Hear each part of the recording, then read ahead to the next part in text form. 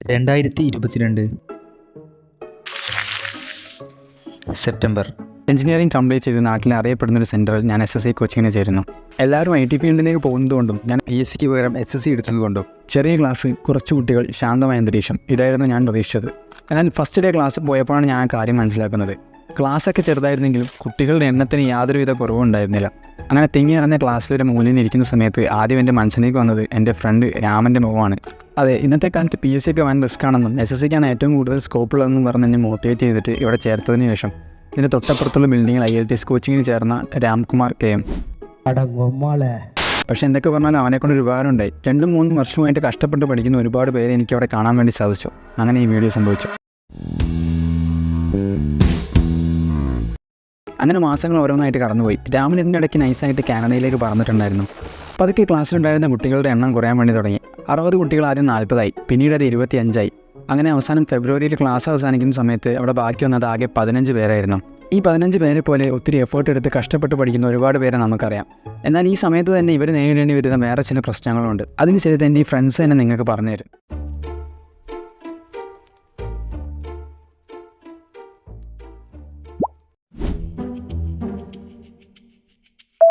എനിക്ക് എൻ്റെ വീടിൻ്റെ അടുത്തൊരു പെണ്ണുങ്ങളുണ്ടായിരുന്നു. ഞാൻ ഗിരിജാൻ്റി എന്നാണ് വിളിക്കുക. അമ്മേൻ്റെ പ്രായമൊക്കെ വരും. ഞാൻ പണ്ട് മുതലേ എനിക്ക് നല്ല ഓർമ്മയുണ്ട്. ഞാൻ 10th പഠിക്കുമ്പോൾ മുതലേ ഇങ്ങനെ തുടങ്ങും. പേപ്പറിലൊക്കെ നമ്മളെ ആ എക്സാംസിൻ്റെ ഒക്കെ റിസൾട്ട് വന്നു എന്ന് പബ്ലിഷ് ചെയ്യുമല്ലോ, ഇങ്ങനെ വിളിക്കാൻ മോക്ക് മാർക്ക് വന്നോ, ഈ മറ്റോരോ മക്കളൊക്കെ ആയിട്ട് ഇങ്ങനെ കമ്പയർ ചെയ്യും. ഇത് എപ്പോഴും 10th ആണെങ്കിലും +1 +2 പിന്നെ ഡിഗ്രിക്ക് ചേർന്നപ്പോഴും എപ്പോഴും ഇതിങ്ങനെ സ്ഥിരമായിട്ട് ഇവർ വിളിച്ച് പറയുമ്പോഴാണ് ഞാനിങ്ങനെ എൻ്റെ റിസൾട്ട് വന്നല്ലോ എന്ന് ശ്രദ്ധിക്കുന്നത്.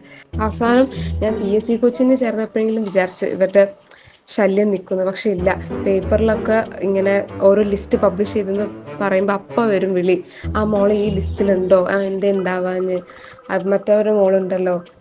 ആ സൈക്കിൾ ഇങ്ങനെ റിപ്പീറ്റ് ചെയ്തുകൊണ്ടിരിക്കും.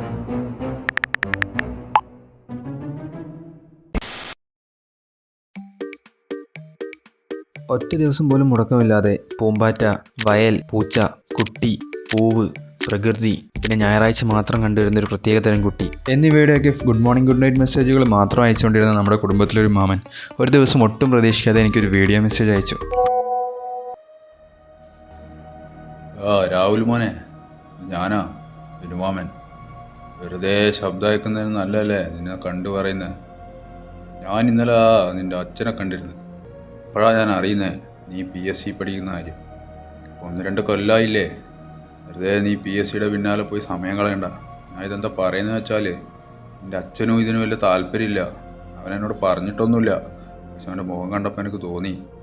അതാ ഞാൻ ഈ പറയണേ. എൻ്റെ മോൻ PWD ആണല്ലോ, നിനക്കറിയാലോ. അതും അവനൊരു ഭാഗ്യം കൊണ്ട് കിട്ടിയതാ. അങ്ങനെ ഇപ്പം എല്ലാവർക്കും ആ ഭാഗ്യം കിട്ടണമെന്നില്ലല്ലോ. ഇത് മനസ്സിലാവുണ്ടോ മോൻ പറയുന്നേ? അതുകൊണ്ട് മോൻ ഈ PSCൻ്റെ പിന്നാലെ വെറുതെ നടന്ന് സമയം കളയാണ്ട് വല്ല ബാംഗ്ലൂരോ ചെന്നൈക്കോ പോ, വല്ല ജോലിയും നോക്കാൻ നോക്ക് കേട്ടോ. ഗുഡ് നൈറ്റ് മോനെ, ഉറങ്ങ്.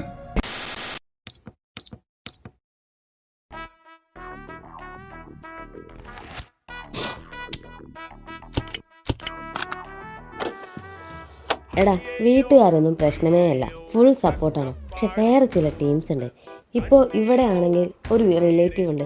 ഈ കല്യാണ പരിപാടിക്ക് ഫുഡ് അടിക്കുമ്പോൾ മാത്രം കാണുന്ന കുറച്ച് പേരില്ലേ, ഇയാളെ എപ്പം കണ്ടോ അപ്പം വന്നിട്ട് ഉപദേശം തുടങ്ങും. ഇയാൾ പറയുന്നത് ഇങ്ങനത്തെ പരീക്ഷ എഴുതാ നിന്നാൽ ജോലി കിട്ടുമ്പോഴേക്കും പ്രായമായി പോകുന്ന, കല്യാണം കഴിഞ്ഞാലും നോക്കാലോ എന്ന്. ഏത് അതുപോലെ ഒരു ദിവസം കണ്ടപ്പോൾ പറയാണ്, ഇയാളുടെ മോൻ ഏതോ കോഴ്സ് ചെയ്യുന്നുണ്ട്, മോൾ അത് ചെയ്തോ, പഠിച്ചിറങ്ങിയ അപ്പം തന്നെ ജോലി കിട്ടുന്നു. അപ്പൊ ഞാൻ പറഞ്ഞു അവൻ BTech ആണ്, ഞാൻ BA ഇംഗ്ലീഷ് ആണെന്ന്. BA എന്ന് കേൾക്കേണ്ട താമസേ ഉള്ളൂ. അപ്പൊ ചോദിക്കാം എന്നാ MBA എടുത്തൂടെന്ന്. പിന്നെ ഞാൻ ഇയാളെ എടുത്തോ ഇതുവരെ മിണ്ടിയിട്ടില്ല. കുറച്ച് പേർക്കും ഇത് റിലേറ്റബിൾ ആയിരിക്കും അല്ലേ? പക്ഷേ ഇത് പുതിയതായിട്ടുണ്ടായ സംഭവമൊന്നുമല്ല. എന്നൊക്കെ ഒരാൾ കഷ്ടപ്പെട്ട് എവിടെയെങ്കിലും എത്തണമെന്ന് ആഗ്രഹിച്ചിട്ടുണ്ടോ അപ്പോഴൊക്കെ ഇതുപോലുള്ള ഓരോരോ മാരണങ്ങൾ ഉണ്ടായിട്ടുണ്ട്. പക്ഷേ ഇതുപോലുള്ള പ്രശ്നങ്ങളിലൊക്കെ തട്ടിത്തടഞ്ഞ് നമ്മുടെ ലക്ഷ്യങ്ങളും ആഗ്രഹങ്ങളൊക്കെ പകുതി വഴിയിൽ ഉപേക്ഷിക്കുകയാണെന്നുണ്ടെങ്കിൽ ക്ലൈമാക്സിലെത്തി 12th ഫെയിൽ പടം പോലെയാവും നമ്മുടെയൊക്കെ ലൈഫ്. നമുക്ക് മോട്ടിവേഷനായിട്ട് 12th ഫെയിൽ തന്നെ വേണമെന്നില്ല. എത്രയോ വട്ടം താഴെ വീണിട്ടും തോറ്റു കൊടുക്കാൻ മനസ്സില്ലാതെ കഷ്ടപ്പെട്ട് വിജയിച്ച് കയറി വന്ന എത്രയോ പേര് നമ്മുടെ കൺമുന്നിൽ തന്നെയുണ്ട്. അവരുടെയൊക്കെ കഥ യൂട്യൂബ് ഷോർട്സ് ആയിട്ടും റീൽസ് ആയിട്ടും നമ്മൾ കാണാറുണ്ട്. നാളെ ഒരു പക്ഷേ മറ്റൊരാൾക്ക് മോട്ടിവേഷൻ ആവേണ്ട ആ ഒരു സ്റ്റോറി ചിലപ്പോൾ അത് നിങ്ങളുടേതാവാം. So don't give up. Thank U.